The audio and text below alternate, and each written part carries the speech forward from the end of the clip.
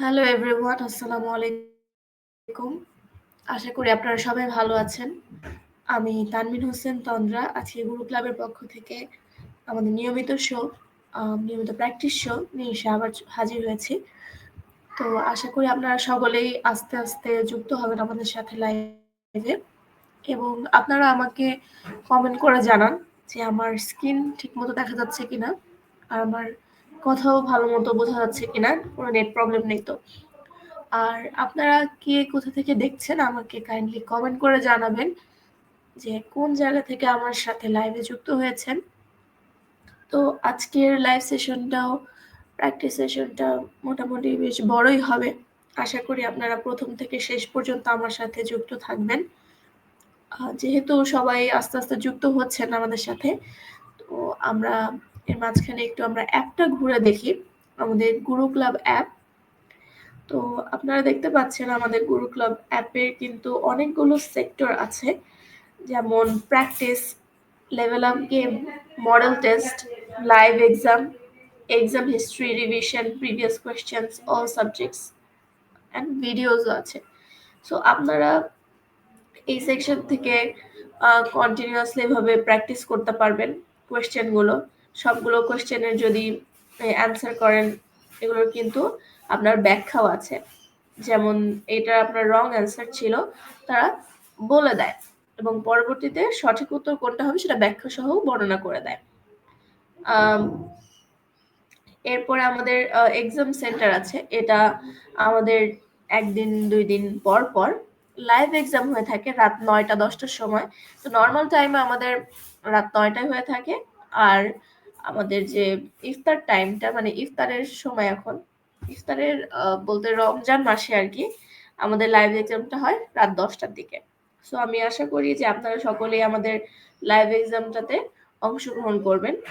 এছাড়া আমাদের info centre আছে। ইনফো সেন্টারে কিন্তু আমাদের অনেক ইনফো আছে, দেখতে পাচ্ছেন। আমাদের দৈনন্দিন যেসব ইম্পর্টেন্ট তথ্য রয়েছে সেগুলো এখানে ডেইলি কন্টিনিউয়াসলি যুক্ত করা হয়। সো আপনারা এগুলো পড়তে পারবেন। এছাড়া সাম্প্রতিক বাংলাদেশ, এখান থেকেও টপিকগুলো আছে, দেখতে পাচ্ছেন। তারপর সাম্প্রতিক আন্তর্জাতিক বিষয়গুলির উপর এবং এছাড়াও অনেক বিষয়গুলির উপরই এই তথ্যগুলো দেওয়া আছে। তো আশা করি আপনাদের এটা দেখা হয়ে গেছে। তো যারা যারা আমাদের সাথে যুক্ত হয়েছেন তারা আমাকে একটু কাইন্ডলি জানাবেন যে আপনারা কোথা থেকে দেখছেন, তাহলে আপনাদের সাথে আমার ইন্টারেকশনটা ভালো হবে। আমাকে কমেন্ট করে জানান। আচ্ছা, আজকে আর দেরি না করে আমাদের প্র্যাকটিস সেশনটা শুরু করতে যাচ্ছি। তো এর আগে বলে দেই, আমাদের যে প্র্যাকটিস সেশনটা রয়েছে, এই প্র্যাকটিস সেশনে আজকে যে টপিকটা সেটা হচ্ছে ইংলিশ লিটারেচার।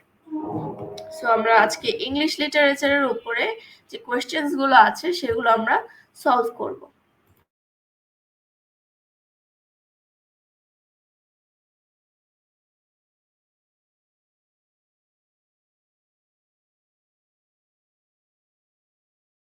তো আপনাদের সামনে আমি প্রথম প্রশ্নটা রাখছি। আপনাদের প্রথম প্রশ্ন হচ্ছে, who was the only laureate to refuse the Nobel Prize? আবার বলছি, who was the only laureate to refuse the Nobel Prize? অপশনগুলো বলছি, Jean Paul Sartre, Rabindranath Tagore, Leo Tolstoy, নাকি টি.এস. এলিয়ট? আপনাদের কাছে যেটা সঠিক উত্তর মনে হয় সেটা আমাদেরকে কমেন্ট করে জানান।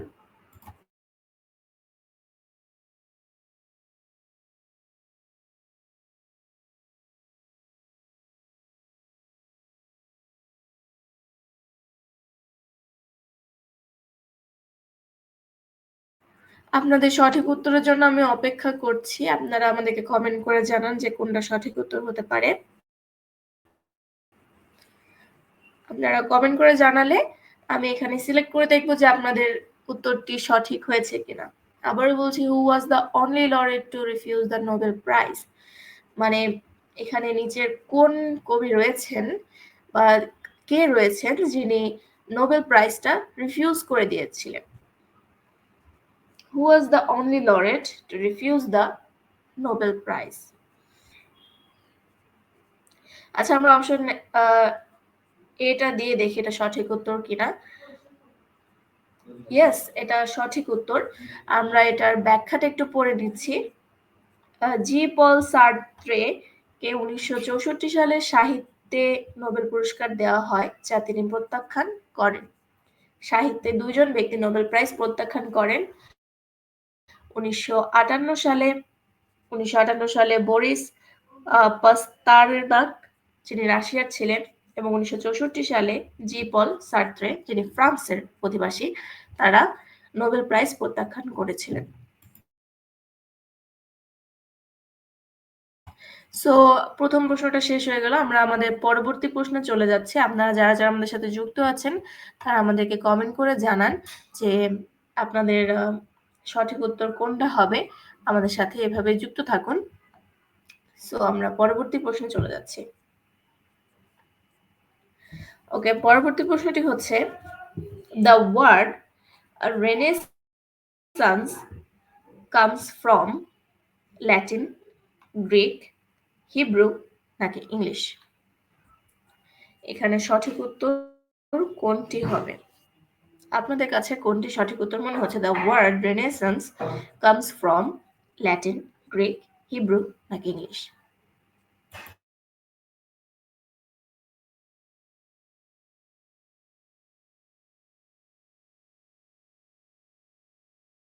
আপনারা যারা যারা আমাদের লাইভটা দেখছেন তারা আমাদেরকে কমেন্ট করে জানিয়ে দিন। আর আপনারা যারা লাইভটি দেখছেন তারা আপনারা আমাদের লাইভ শোটি শেয়ার করে দিতে পারেন আপনাদের টাইমলাইনে, অথবা আপনাদের ফ্রেন্ডদেরকে মেনশন করতে পারেন, তাদের সাথেও শেয়ার করতে পারেন।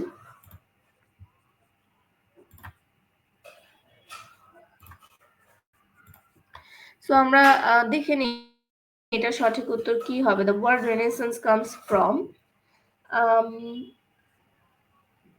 আমি দেখি ল্যাটিন দেই না, কি মনে হয় আপনারা কোনটা দিব সঠিক উত্তর? আমাদেরকে কমেন্ট করে জানান, আমরা একটু অপেক্ষা করি। আমাদেরকে কমেন্ট করে জানান আপনারা যে আপনাদের কাছে সঠিক উত্তর কোনটি মনে হচ্ছে।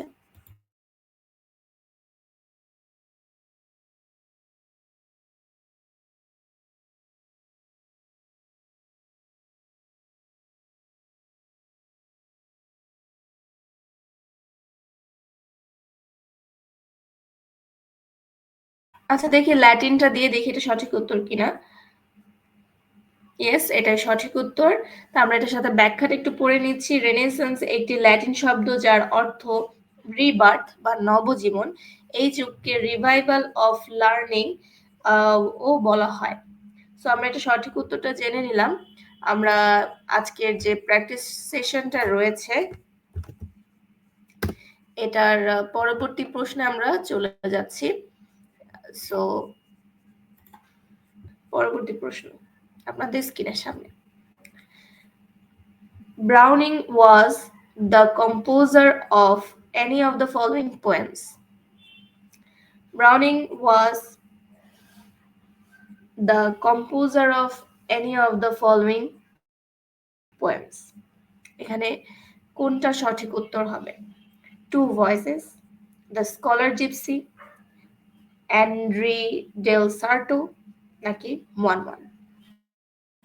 আপনার কাছে কোনটি সঠিক উত্তর মনে হচ্ছে আমাদেরকে কমেন্ট করে জানাবেন অবশ্যই।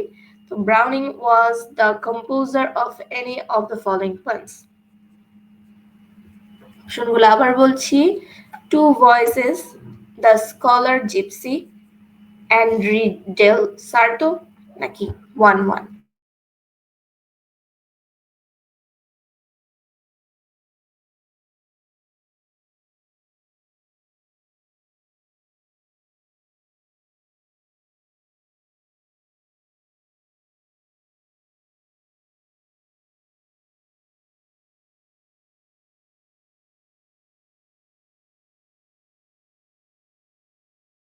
আপনাদের কাছে যেটা সঠিক উত্তর মনে হচ্ছে সেটা আমাদেরকে কমেন্ট করে জানান। তাহলে আমরা সঠিক উত্তরটা জেনে সাথে ব্যাখ্যা পড়ে নিব এবং আমাদের পরবর্তী প্রশ্ন আমরা চলে যাব। তো আজকের যে প্র্যাকটিস সেশনটা রয়েছে, আজকে আবারও বলি টপিকটা হচ্ছে আমাদের ইংলিশ লিটারেচার।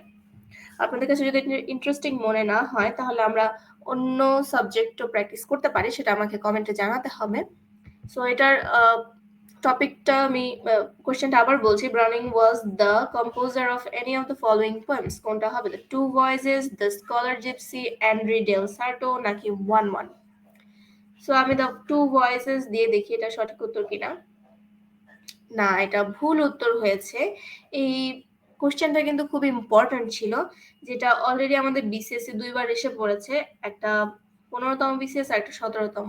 সো বুঝতেই পারছি যে এটা কতটা ইম্পর্টেন্ট একটা কোয়েশ্চেন। সো এটার ব্যাখ্যাটা আমরা একটু পড়ি। রবার্ট ব্রাউনিং এর বিশেষ কিছু কবিতা হলো Andrea del Sarto, the patriot. So এই যে প্রথম যে কবিতাটা রয়েছে এটাই কিন্তু আমাদের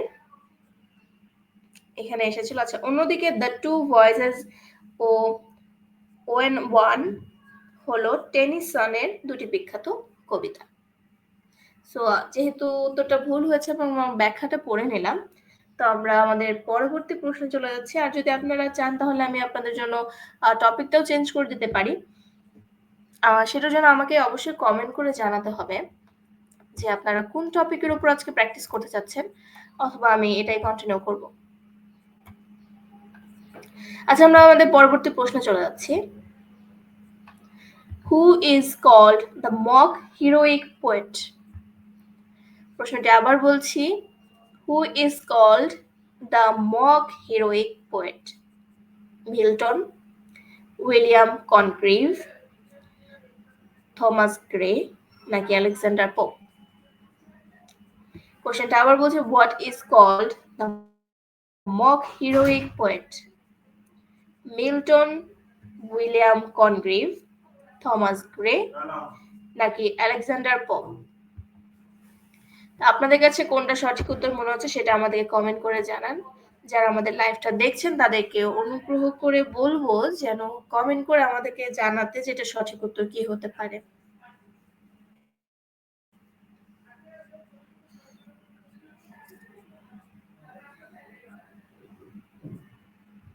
আচ্ছা, মামুন আশিক ভাই বলছেন অপশন বি, উইলিয়াম কনগ্রিভ। তো আরো যারা যারা দেখছেন আমাদের লাইভটা তারাও আমাদেরকে সঠিক উত্তরটি জানান যে আপনার কাছে কোনটি সঠিক উত্তর মনে হচ্ছে। আর যদি কনফিউজডও থাকেন তাতেও সমস্যা নেই, আপনারা কনফিউজড অ্যান্সারটাও দিতে পারবেন। সো আমাদেরকে জানিয়ে দিন যে আপনার কাছে কোনটি সঠিক উত্তর মনে হচ্ছে।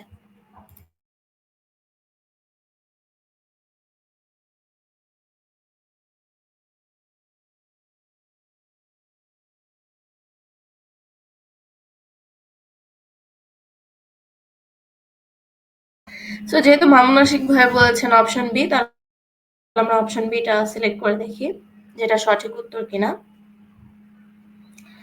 নো, এটা রং অ্যান্সার ছিল। We are extremely sorry Mamun Ashiq ভাই, এটা রং অ্যান্সার। কারেক্ট অ্যান্সার হচ্ছে আলেকজান্ডার পোপ। তো আমরা এটা ব্যাখ্যাটা পড়ে নিচ্ছি। আলেকজান্ডার পোপ হলেন অগাস্টান পিরিয়ডের প্রধান কবি। তাকে মক হিরোইক পোয়েট বলা হয়। তার লেখা the rape of the lock হলো একটি বিখ্যাত মক হিরোইক এপিক। সো এটা খুব ইম্পর্টেন্ট একটা কোয়েশ্চেন ছিল। তো আমরা আমাদের পরবর্তী প্রশ্নে চলে যাচ্ছি। আপনারা যারা যারা আমাদের লাইভটা দেখছেন তারা কমেন্ট করবেন আমাদেরকে কমেন্ট করে আমাদের সাথে ইন্টারঅ্যাক্ট করলে আসলে জিনিসটা ভালো হয়। আচ্ছা, আমরা পরবর্তী প্রশ্নে চলে যাচ্ছি। Don Quixote is the protagonist of whose novel?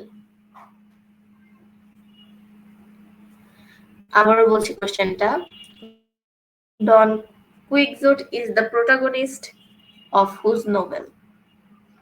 Option A Miguel de Cervantes, option B Leo Tolstoy, option C Henry Fielding নাকি অপশন ডি মার্ক টুয়াইন? তো আপনাদের কাছে কোনটা সঠিক উত্তর মনে হচ্ছে? যদি কনফিউজড থাকেন তাহলে আমাদেরকে জানাতে পারেন আমাদের কমেন্ট করে। তো সেটা সিলেক্ট করে দেখবো যে আপনার উত্তরটি সঠিক হয়েছে কিনা, তারপর আমরা এটার সাথে ব্যাখ্যাটাও করব।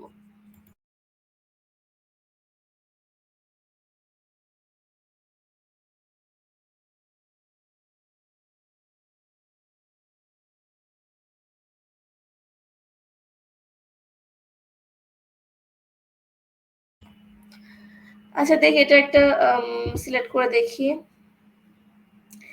আচ্ছা এটা অপশন এ সিলেক্ট করেছিলাম। সো অপশন এটা হচ্ছে সঠিক উত্তর, Miguel they সার্ভান্তেস।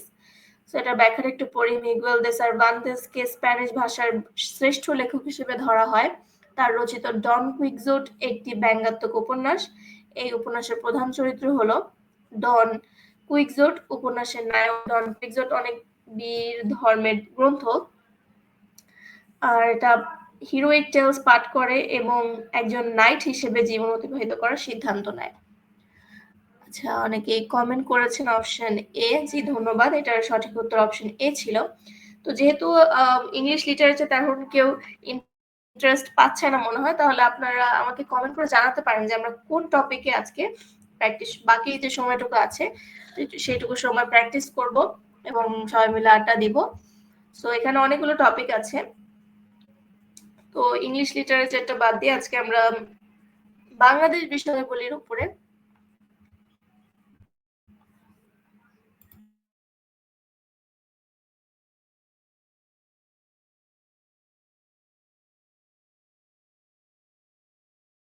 I think screen maybe চলে গেছে,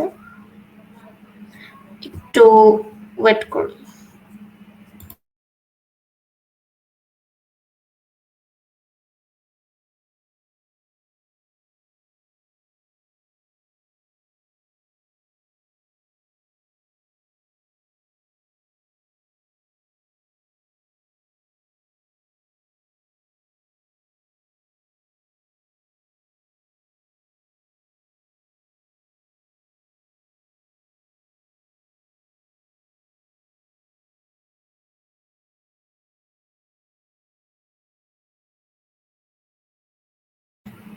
ওকে, তো আমরা বাংলাদেশ বিষয়াবলীর ইরা সুমাইয়া আপু বলছেন র্যান্ডমলি করতে।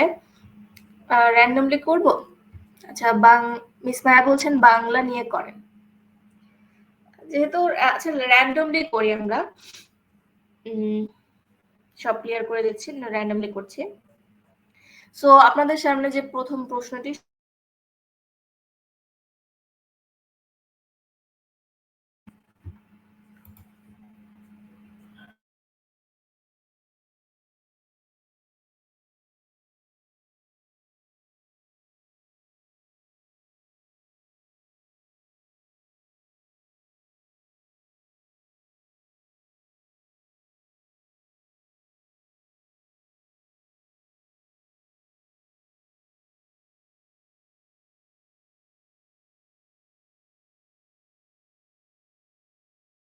আপনারা আমাদেরকে জানাতে পারেন যে আপনারা কে কোথা থেকে আমাদের লাইভটি দেখছেন।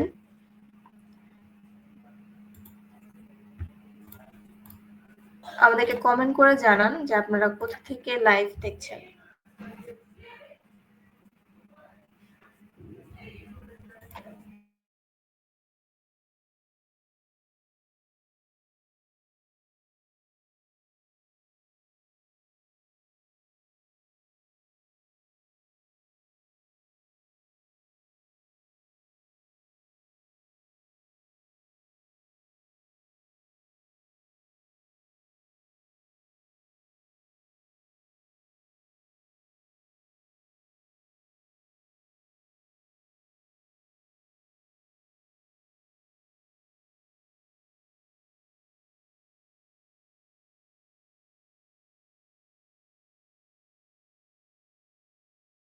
আমি আপনাদেরকে জানিয়ে দিই যে আমাদের কিন্তু প্রতিদিন সকাল 11টায় আমাদের প্র্যাকটিস শো হয় এবং বিকাল 3টায় আমাদের লাইভ কুইজ শো হয়ে থাকে। এছাড়া ইফতারের পর যে সময়টা রয়েছে তখন কিন্তু আমাদের মডেল টেস্ট হয়ে থাকে। আমাদের স্যার যারা আছেন তারা কিন্তু 20টা কোয়েশ্চেনের উপর মডেল টেস্ট নিয়ে থাকেন। তো সেগুলোও কিন্তু আপনারা প্র্যাকটিস করতে পারবেন এবং আমাদের অ্যান্সার করে জানাতে পারবেন যে সঠিক উত্তর কোনটা হবে। সো আশা করি আপনারা সবাই আমাদের সাথে যুক্ত থাকবেন। কারণ আপনাদের সবাইকে আমন্ত্রণ রইল আমাদের লাইভ কুইজে এবং মডেল টেস্টগুলোতে অংশগ্রহণ করার জন্য।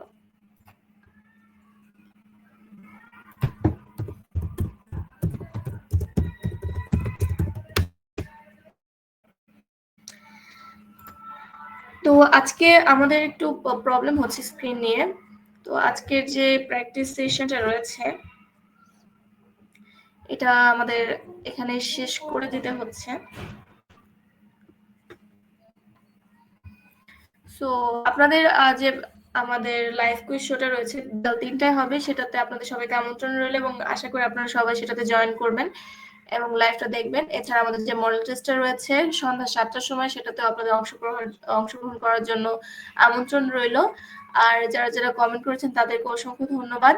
মিস মায়া বলছেন আমি বগুড়া জেলার। ওকে আপু, ধন্যবাদ। তো আজকের জন্য আমি লাইভ সেশনটা এখানেই শেষ করব।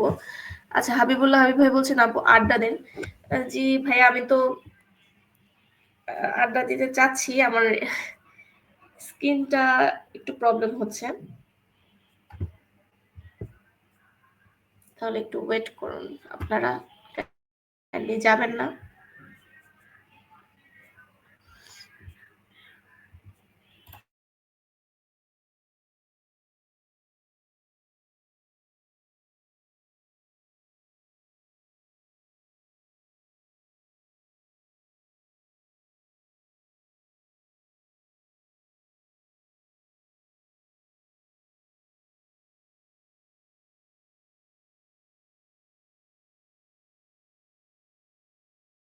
আই থিঙ্ক স্ক্রিন এসেছে। আপনারা যারা যারা আমাদের লাইভটা দেখছেন তারা একটু কাইন্ডলি জানাবেন যে স্ক্রিনটা ঠিক মতো দেখা যাচ্ছে কিনা। আচ্ছা, স্ক্রিন ঠিক হয়েছে, তাহলে আজকে আমরা আর প্র্যাকটিস ওটা শেষ করছি না, এখন আমরা এটা কন্টিনিউ করব। আপনাদের সবাইকে আমি আসলে এক্সট্রিমলি সরি এটার জন্য, এই প্রবলেমটা হওয়ার জন্য। আশা করি আপনারা সকলে আমাদের এখন সাথেই থাকবেন এবং আমরা র্যান্ডমলি দিয়ে দিয়েছি। আমরা এখন র্যান্ডমলি কিছু কোয়েশ্চেন করব, এগুলো বাংলা, ইংলিশ, ম্যাথ সবই আসতে পারে। সরি, ম্যাথ দিব না আর কি। সো আমাদের প্রথম প্রশ্নটা এখানে স্ক্রিনে দেখতে পাচ্ছেন যে আমরা স্বাধীন বাংলাদেশের নাগরিকে বাক্যে বাংলাদেশের কোন কারকে কোন বিভক্তি। আচ্ছা, অনেকে কমেন্ট করেছেন। আনিল আক্তার লিখেছেন হ্যাঁ দেখা যাচ্ছে। মিস মায়া বলছেন জি যাচ্ছে, ধন্যবাদ। তো আমাদের যে প্রথম প্রশ্নটা রয়েছে, এই প্রশ্নটা আপনারা সঠিক উত্তরটি জানিয়ে দিন। প্রশ্নটি আবার বলছি, আমরা স্বাধীন বাংলাদেশের নাগরিক এ বাক্যে বাংলাদেশের কোন কারকে কোন বিভক্তি। কর্তৃকারকের ষষ্ঠী, অধিকরণের ষষ্ঠী, অপাদানের ষষ্ঠী নাকি কর্মের দ্বিতীয়া।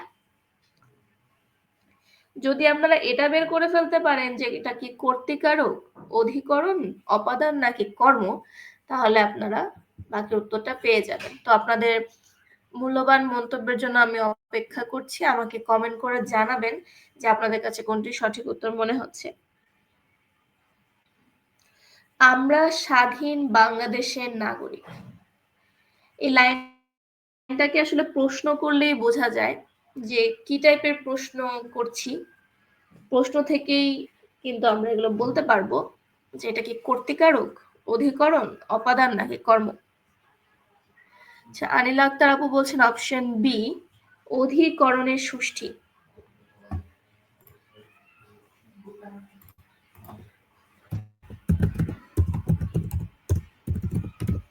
আরো যারা যারা আছেন তারা আমাকে কমেন্ট করে জানান যে আপনাদের কাছে কোনটি সঠিক উত্তর মনে হচ্ছে। আমরা স্বাধীন বাংলাদেশের নাগরিক এ বাক্যে বাংলাদেশের কোন কারকে কোন বিভক্তি।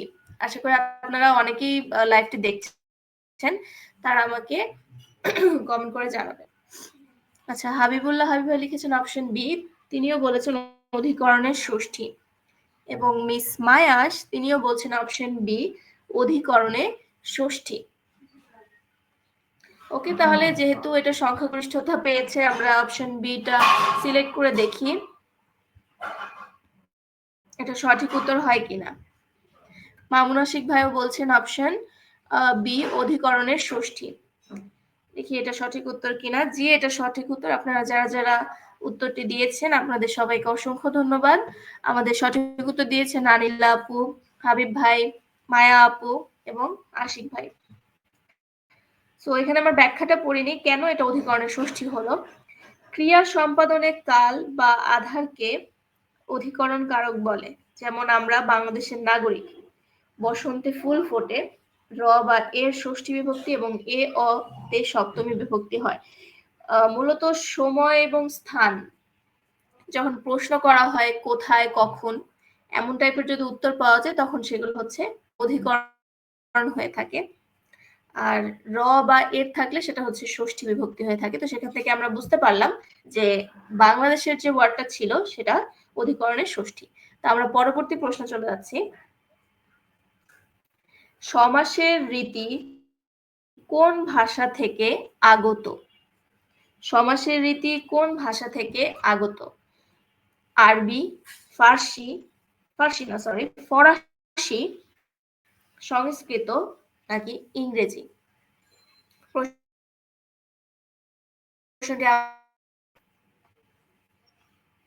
সমাসের রীতি কোন ভাষা থেকে আগত? আরবি, ফরাসি, সংস্কৃত নাকি ইংরেজি?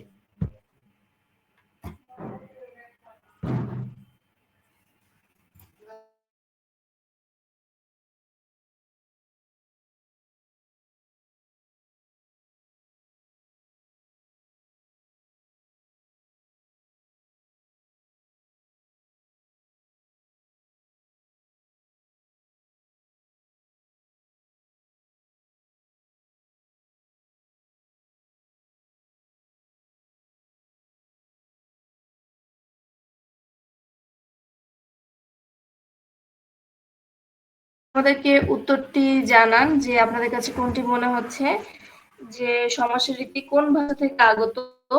আরবি, ফরাসি, সংস্কৃত নাকি ইংরেজি?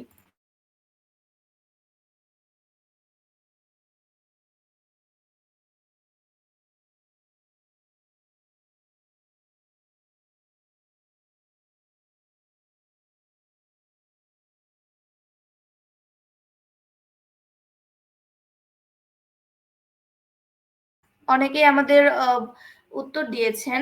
মিস মায়া লিখেছেন অপশন গ সংস্কৃত, হাবিব ভাইও লিখেছেন অপশন গ সংস্কৃত এবং আনিল আক্তারপুর লিখেছেন অপশন ডি ইংরেজি। সো দেখা যাক কার উত্তরটি সঠিক হয়। আমরা আরো মন্তব্যের জন্য অপেক্ষা করছি। আপনারা আমাদেরকে কমেন্ট করে জানান যে আপনাদের কাছে কোনটি সঠিক উত্তর মনে হচ্ছে।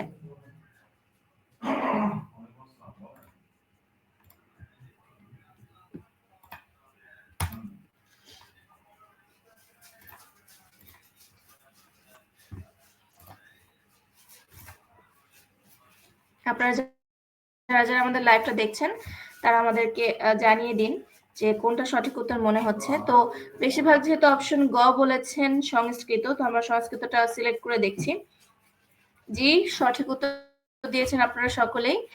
আনিলা আক্তার আপু, এটা সঠিক উত্তর হবে সংস্কৃত। সমাসের রীতি সংস্কৃত ভাষা থেকে আগত। তা আপনাদের সবাইকে অসংখ্য ধন্যবাদ যারা সঠিক উত্তর দিয়েছেন। মিস মায়া এবং হাবিবুল্লাহ হাবিব ভাই, আপনারা দুজনে সঠিক উত্তর দিয়েছেন। সমাসের রীতি সংস্কৃত ভাষা থেকে আগত। আমরা পরবর্তী প্রশ্ন চলে যাচ্ছি। আচ্ছা, give the antonym of the word transitory. Give the antonym of the word transitory. Option A, temporary. Option B, permanent. Option C, transparent. নাকি option D, short lived. তো ওয়ার্ড ট্রানজিটরির অ্যান্টোনিমটা বলতে বলেছে, বিপরীত মিনিংটা আর কি। এখানে অপশনে আছে টেম্পোরারি, পার্মানেন্ট, ট্রান্সপারেন্ট নাকি শর্ট লিভড। আপনাদের কাছে কোনটি সঠিক উত্তর মনে হচ্ছে সেটা আমাদেরকে কমেন্ট করে জানান।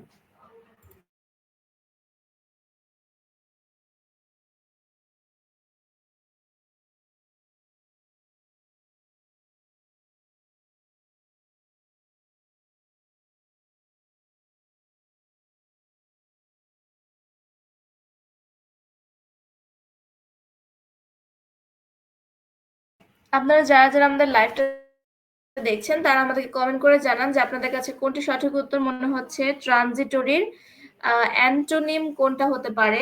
টেম্পোরারি, পার্মানেন্ট, ট্রান্সপারেন্ট নাকি শর্ট লিভড? তো মায়া আপু কমেন্ট করেছেন অপশন বি, পার্মানেন্ট।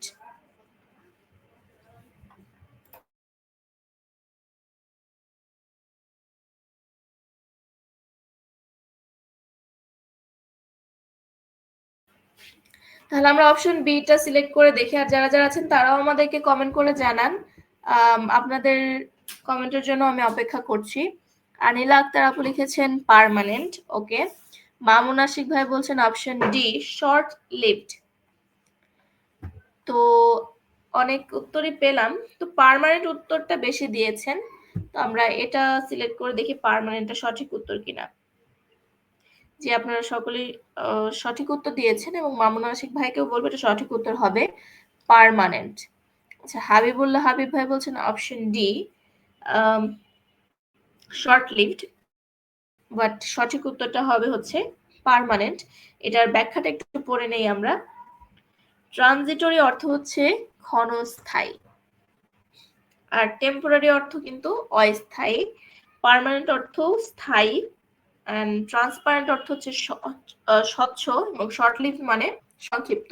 তাহলে এখানে যেহেতু অ্যান্টোনিম, টোটালি ডিফারেন্ট একটা মিনিং চেয়েছে বা বিপরীত অর্থ চেয়েছে, তো এই জন্য সঠিক উত্তরটা হচ্ছে অস্থায়ী।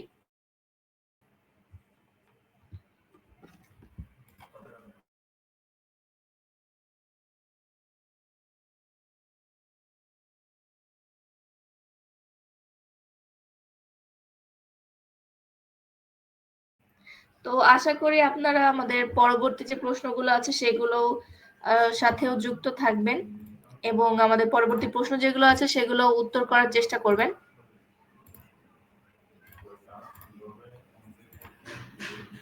তো আমরা আমাদের পরবর্তী প্রশ্নে চলে যাচ্ছি।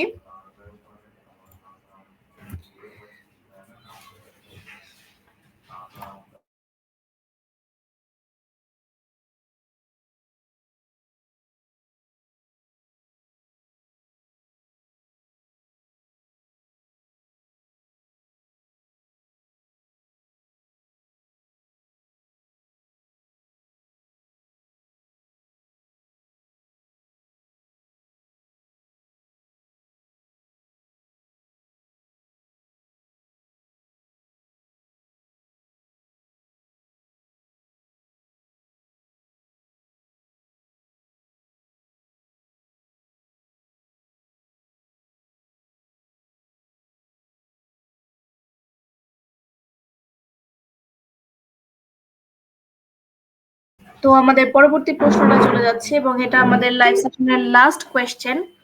সো লাস্ট কোয়েশ্চেনটা হচ্ছে বাংলাদেশের সর্ববৃহৎ দ্বীপ কোনটি? ভোলা, মহেশখালী, নিঝুম দ্বীপ নাকি সেন্ট মার্টিন? আশা করি যারা যারা আমাদের লাইভটি দেখছেন তারা কমেন্ট করে জানাবেন যে আপনাদের কাছে সঠিক উত্তর কোনটি মনে হচ্ছে। আই থিঙ্ক সবাই এটা পারবেন। বাংলাদেশের সর্ববৃহৎ দ্বীপ কোনটি? ভোলা, মহেশখালী, নিঝুম দ্বীপ নাকি সেন্ট মার্টিন?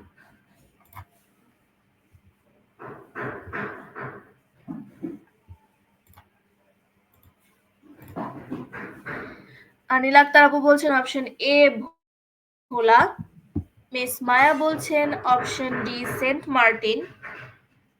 আরো যারা যারা দেখছেন তাদেরকে অনুরোধ করব আমাদেরকে কমেন্ট করে জানাবেন যে সঠিক উত্তর আপনার কাছে কোনটা মনে হচ্ছে। নজরুল ইসলাম রাকিব ভাই বলছেন অপশন এ ভোলা।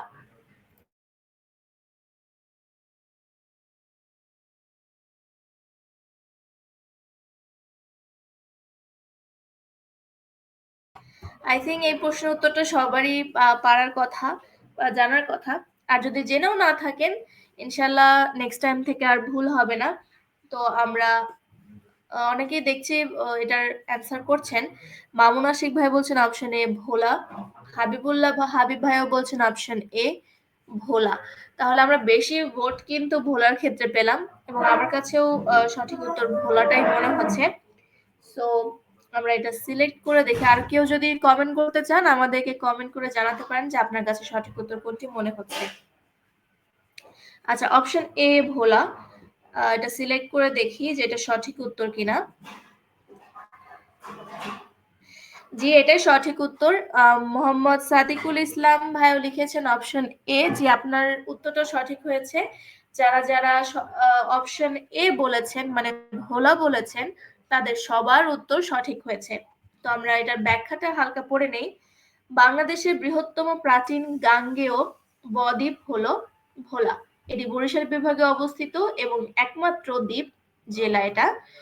ভোলার আয়তন প্রায় 45.40 বর্গ কিলোমিটার। সমুদ্রপৃষ্ঠ থেকে দ্বীপটির গড় উচ্চতা 1 মিটার।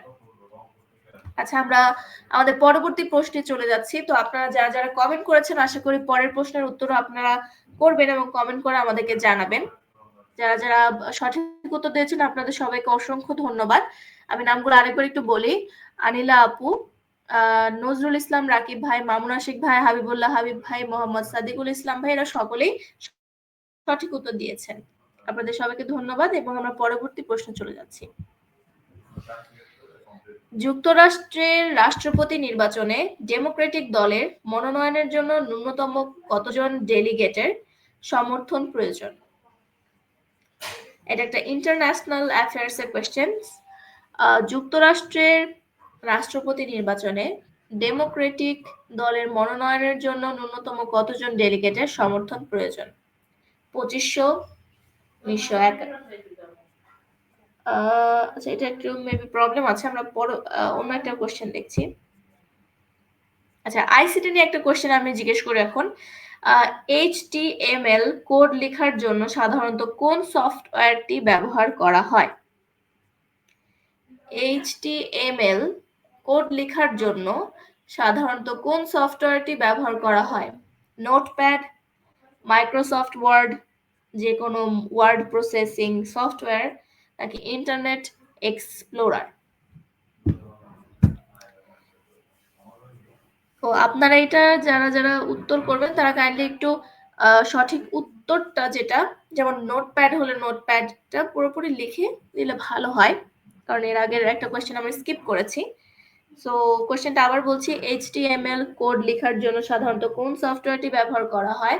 নোটপ্যাড, মাইক্রোসফট ওয়ার্ড, যে কোনো ওয়ার্ড প্রসেসিং সফটওয়্যার, নাকি ইন্টারনেট এক্সপ্লোরার? আপনারা যারা যারা আমাদের শোটি দেখছেন তারা আমাদেরকে কমেন্ট করে জানাবেন।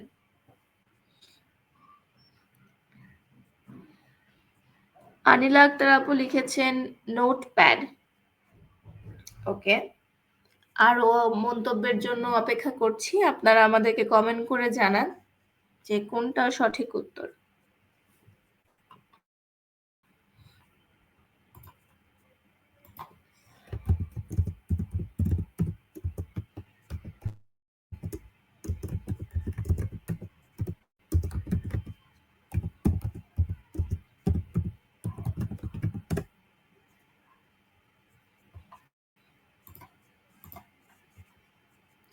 আরো যারা যারা লাইভটি দেখছেন তারাও আমাদেরকে কমেন্ট করে জানান যে কোনটা সঠিক উত্তর মনে হচ্ছে আপনার কাছে।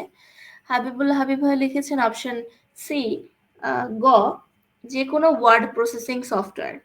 সো প্রশ্নটি আবার বলছি, HTML কোড লেখার জন্য সাধারণত কোন সফটওয়্যারটি ব্যবহার করা হয়? নোটপ্যাড, মাইক্রোসফট ওয়ার্ড, যে কোনো ওয়ার্ড প্রসেসিং সফটওয়্যার, নাকি ইন্টারনেট এক্সপ্লোরার?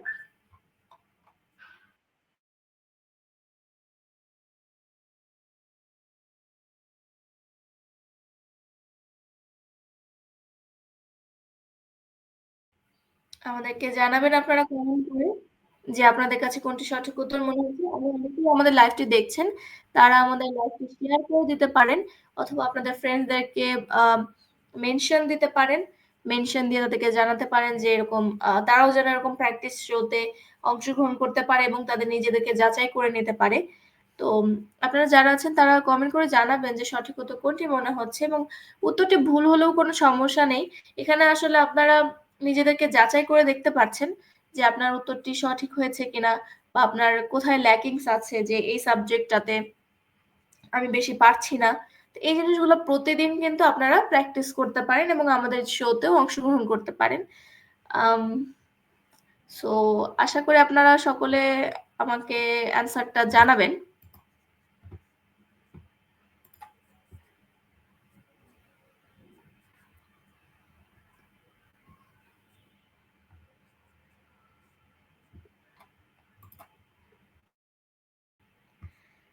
আচ্ছা, যেহেতু অনেকেই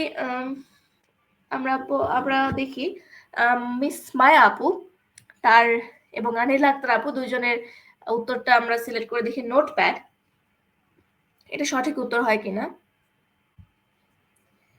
জি, এটাই সঠিক উত্তর। আপনাদের সকলকে অসংখ্য ধন্যবাদ যারা কমেন্ট করেছেন এবং সঠিক উত্তর দিয়েছেন।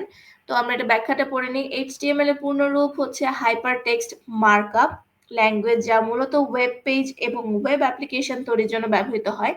HTML কোড লেখার জন্য মাইক্রোসফটের একটি ডিফল্ট প্রোগ্রাম হলো নোটপ্যাড। এছাড়াও আরো কিছু বহুল ব্যবহৃত সফটওয়্যার হলো Notepad plus plus, Sublime Text, VS code, brackets, Dreamweaver, NetBeans ইত্যাদি। সো এর সাথে আমরা আমাদের আজকের যে প্র্যাকটিস সেশনটা রয়েছে এটা এখানে শেষ করতে যাচ্ছি। যারা যারা আমাদের সাথে প্রথম থেকে যুক্ত ছিলেন তাদের সকলকে আমি অসংখ্য ধন্যবাদ জানাচ্ছি। আর লাইভের মাঝখানে যা ছোটখাটো ভুল ত্রুটি হয়েছে সেটার জন্য আমি ক্ষমা প্রার্থী এবং আশা করি নেক্সট টাইম থেকে এরকম নেট প্রবলেম এবং স্ক্রিন নিয়ে এত প্রবলেম হবে না ইনশাল্লাহ। সো আশা করি আপনারা আমাদের আজকে যে বিকাল ৩টায় রয়েছে, বিকাল ৩টায় যে লাইভ কুইজ শোটা রয়েছে সেটাও আপনাদের আমন্ত্রণ রইল। এভাবে আপনারা বিভিন্ন উত্তর দিতে পারবেন। ও আরেকটু বলে দিই, যে বিকাল ৩টার লাইভ কুইজ শোটা রয়েছে সেখানে কিন্তু আপনারাও অংশগ্রহণ করতে পারবেন সরাসরি। এটা যদি অংশগ্রহণ করেন এবং আপনারা যদি বিজয়ী হন, বিজয়ী হলে কিন্তু আপনারা হার্টস গিফট পাবেন এবং খুবই কম না, ১০০টা হার্টস গিফট পাবেন, যেটা দিয়ে আপনি অনেকগুলো এক্সাম দিতে পারবেন এবং অনেকগুলো কোয়েশ্চেন কিন্তু প্র্যাকটিস করতে পারবেন। আচ্ছা, আর এটা কিন্তু আমাদের প্রতিদিনই হয়ে থাকে, আমাদের যে লাইভ কুইজ শোটা আছে। তো সেখান থেকে আপনারা বিভিন্ন রাউন্ড খেলে খেলে আপনারা বিজয়ী হতে পারেন এবং আমাদের হার্টস জিতে নিতে পারেন। তো আপনাদের সবাইকে আমন্ত্রণ থাকবে আমাদের লাইভ কুইজ শোটা দেখার জন্য এবং সন্ধ্যা ৭টার সময় যে আমাদের মডেল টেস্টটা হয় সেটা তো আপনাদের সবাইকে আমন্ত্রণ রইল। সেটা তো আমি আশা করি আপনারা উত্তর দেওয়ার চেষ্টা করবেন সবগুলো প্রশ্নেরই। সো আজকের জন্য এখানেই বিদায় জানাচ্ছি। আপনারা সকলে ভালো থাকবেন। আসসালামু আলাইকুম। আল্লাহ হাফিজ।